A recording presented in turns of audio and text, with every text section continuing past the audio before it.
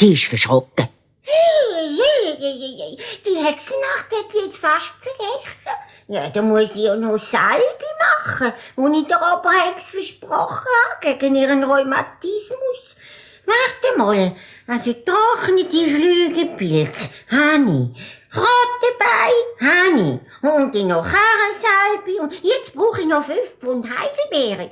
Da hast du einen Kessel, Tilitrulla. Geh mal Heidelbeere suchen. Aber ein bisschen tiefig.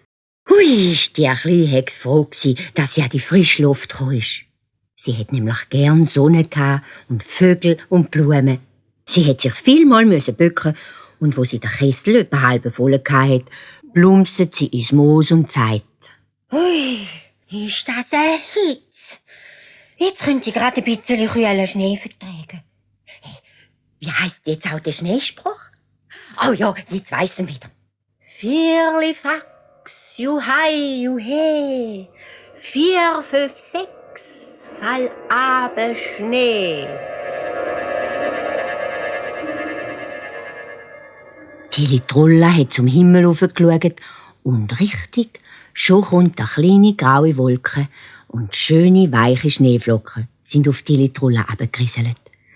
Sie hat vor Freude laut rausgejuchzt, aber in dem Augenblick kommt sie eine Ohrfeige über.